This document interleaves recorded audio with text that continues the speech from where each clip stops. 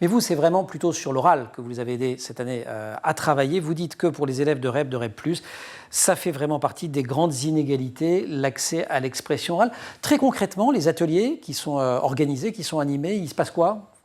Eh ben, tout simplement, les jeunes viennent avec leur préparation au brevet, pour ceux qui se rappellent avoir accompagné peut-être leur enfant ou des proches à la préparation au brevet. On doit rédiger un dossier avec un certain nombre de pages. Donc là, ils viennent et puis face à eux, des salariés prennent le temps de les écouter, de leur donner des conseils sur la façon de s'exprimer, sur le contenu, sur ce qu'ils pourraient faire mieux, sur le savoir-être et le contenu. Et c'est vraiment formidable. J'ai le souvenir d'un jeune qui s'était exprimé lors d'un de nos événements, qui lui était dyslexique et qui, grâce à cet accompagnement, a réussi à avoir son brevet. Donc c'est vraiment quelque chose pour lui qui était un dépassement de soi. Beaucoup d'insistance, vous venez de le dire, et c'est pas seulement vrai du travail que vous faites autour du brevet, c'est plus généralement la manière dont vous les suivez tout au long des années collège, autour d'un programme, le grand programme de l'Alliance qui s'appelle Défi Jeunesse. Tout à fait. Nous, notre idée, c'est que on ne peut pas faire des interventions ponctuelles. Et ça rejoint l'idée de l'alliance collective